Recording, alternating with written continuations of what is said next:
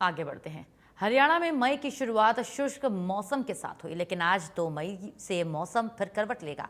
फिर मौसम विभाग की अगर माने तो पश्चिमी हिमालय क्षेत्र में 2 मई से सक्रिय हो रहे ताजा पश्चिमी विक्षोभ का असर हरियाणा पर भी दिखाई देगा। इसके चलते प्रदेश में 2 से 7 मई के बीच कई जिलों में बारिश गरज चमक के साथ और तेज हवाओं के साथ होने की संभावना बनी हुई है।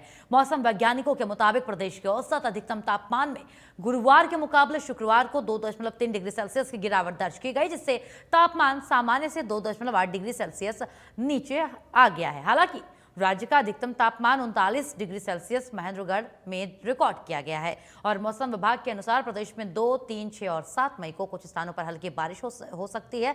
वहीं 4-5 मई की अगर बात की जाए तो 4-5 मई को भी राज्य के कई क्षेत्रों में हल्की से मध्यम बारिश के आसार नजर आ रहे हैं। इस दौरान प्रदेश में अधिकतम तापमान अगले 48 घंटे में लगभग 2 डिग्री सेल्सियस तक बढ़ सकता है, लेकिन इसके बाद तापमान में 3 से 4 डिग्री तक गिरावट दर्ज की जा सकती है। तो 2 मई को पंचकुला, यमुनानगर, मेवात, पलवल समेत इन जिलों में गरज चमक के साथ 30 से 40 किलोमीटर प्रति घंटे की रफ्तार से तेज हवाएं चलने की चेतावनी जारी कर दी गई है। वहीं 3 से 6 मई के बीच प्रदेश के विभिन्न हिस्सों में 40 से 50 किलोमीटर प्रति घंटे की रफ्तार से तेज हवाएं चल सकती हैं। महेंद्रगढ़, रेवाड़ी, झज्जर, गुरुग्राम और फरीदाबाद, रोहतक, हिसार, चरखी दादरी समेत कई जिलों में 2 मई को हल्की से मध्यम बारिश की संभावनाएं जताई गई हैं। मौसम विभाग ने किसानों और आमजनों को मौसम में बदलाव देखते हुए सतर्क रहने की बात कही है और संभावना यही है कि आने वाले मौसम में हल्की राहत तो मिल सकती है।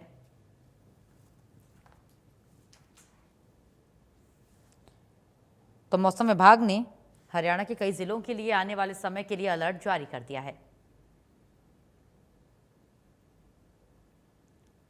आगे बढ़ते हैं। हरियाणा में अब लगातार बढ़ती गर्मी लोगों की सेहत पर भारी पड़ने लगी है। भिवानी के मुख्य चिकित्सा अधिकारी डॉक्टर रघुवीर शांडिल्य ने भीषण गर्मी और लू को देखते हुए एडवाइजरी जारी की। उन्होंने बताया कि गर्मी में शरीर से इलेक्ट्रोलाइट्स तेजी से बाहर निकलते हैं, जिससे थकावट, चक्कर आना, घबराहट जैसी समस्याएं बढ़ रही हैं। अस्पतालों में उल्टी, दस्त, डिहाइड्रेशन के मामलों में भी इजाफा देखा जा रहा है। सीएमओ ने सलाह दी है कि सुबह 11 बजे से शाम 4 बजे तक के समय के बीच में धूप में ना निकलें, बचें आप। अगर बाहर जाना ही जरूरी हो तो सर ढककर आंखों की सुरक्षा के लिए चश्मा पहनकर ही बाहर निकलें। साथ ही खीरा, तरबूज, ककड़ी, लस्सी जैसे पदार्थों का इस्तेमाल करें और खाद्य पदार्थों का सेवन बढ़ाएं। ज्यादा चटपटा और फास्ट फूड खाने से दूरी बनाएं। स्वास्थ्य विभाग ने खास तौर पर बच्चों, बुजुर्गों और गर्भवती महिलाओं को सतर्क रहने की सलाह दी है।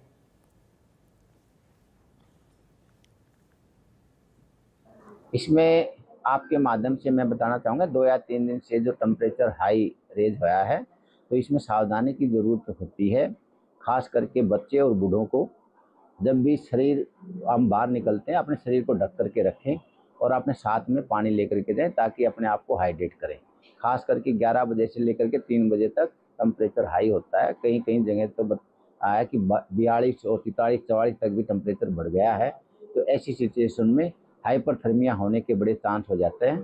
जो हाइपरथर्मिया होता है उसमें हमारी जो साइन सिम्टम होते हैं, स्किन में बर्न हो जाते हैं, हमारी जो जीभ है वो ड्राई हो जाती है, गला सूख जाता है और पेशेंट को लेटर ऑन में कॉन्शियसनेस डिस्टर्ब हो जाती है और हमारा पल्स प्रेशर है, सिस्टोलिक प्रेशर है, वो डाउन आ जाता है और पेशेंट को अपनी होश में गंवानी पड़ती है। ऐसी सिचुएशन में अपने आप को स्वस्थ रखने के लिए अपने आप को, शरीर को ढक के रखें और ज़्यादा से ज़्यादा फ्लूइड लें। इसमें फ्लूइड में आप ORS का पानी मिला करके ले सकते हैं, शिकंजी ले सकते हैं, छाछ, लस्सी ले सकते हैं। जो भी उनको अच्छा लगे अपने आप को हाइड्रेट रखें और स्वस्थ रखें।